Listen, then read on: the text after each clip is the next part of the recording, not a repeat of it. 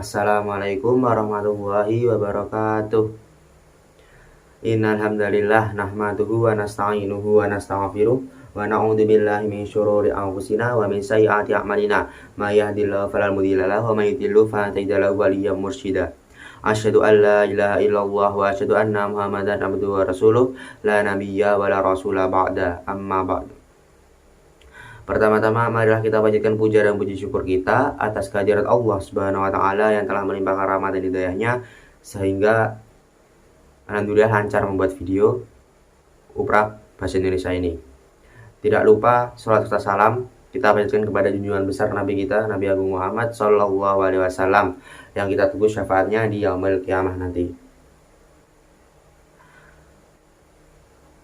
Kali ini di video ini saya akan melaksanakan ujian praktek bahasa Indonesia bertemakan pendidikan, bertemakan tentang pendidikan. Pendidikan zaman sekarang ini tidaklah susah. Di mana-mana pasti ada pendidikan.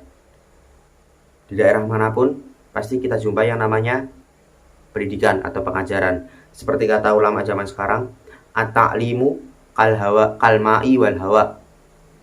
Pengajaran itu seperti air dan udara, yang itu emang sekarang itu ditemukan di mana-mana. Mungkin kita merasakan kalau ilmu itu gampang banget dicari.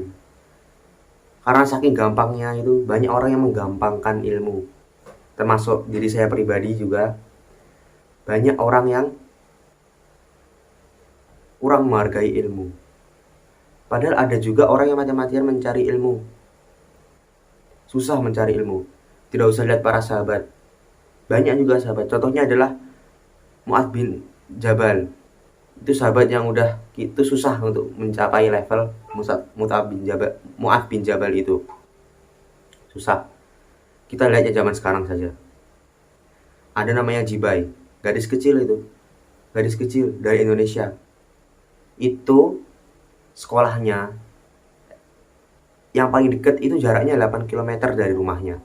8 kilo, oke, harus naik bukit gitu, susah, 8 km, itu kisahnya sedih sih. Saya tunjukkan fotonya.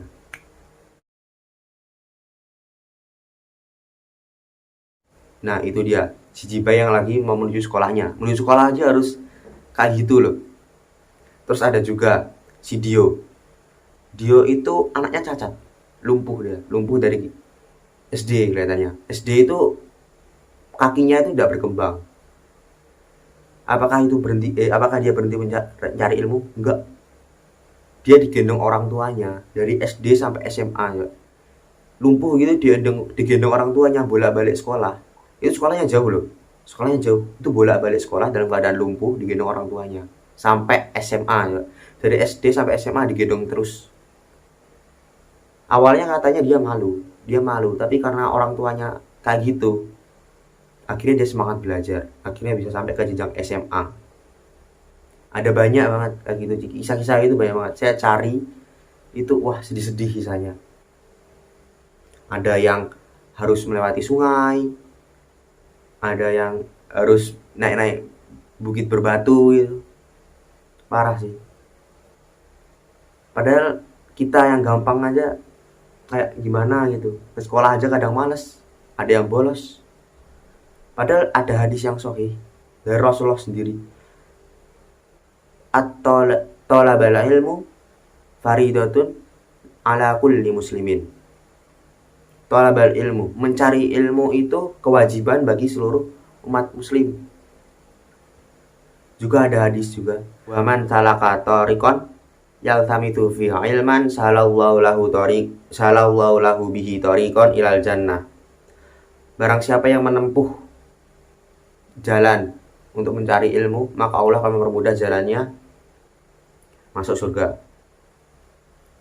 Ada juga di surah Al-Mujadalah ayat 11. Allah akan meninggikan derajat orang-orang yang beriman dan juga meninggikan derajat orang-orang yang berilmu beberapa derajat. Ibnu Abbas mentafsirkan ayat ini, bahwa orang-orang yang berilmu itu ditinggikan beberapa derajat dari orang-orang yang beriman. Jadi keutamaan ilmu itu sudah dijamin. Sudah dijamin, orang yang berilmu itu keutamanya sudah dijamin. Padahal ilmu itu sebenarnya ya zaman sekarang tuh gampang dicari. Di YouTube ada, tinggal Google, di mana-mana ada. Bahkan itu di YouTube itu cari di rumah aja, dari rumah aja bisa, nggak usah harus kemana-mana.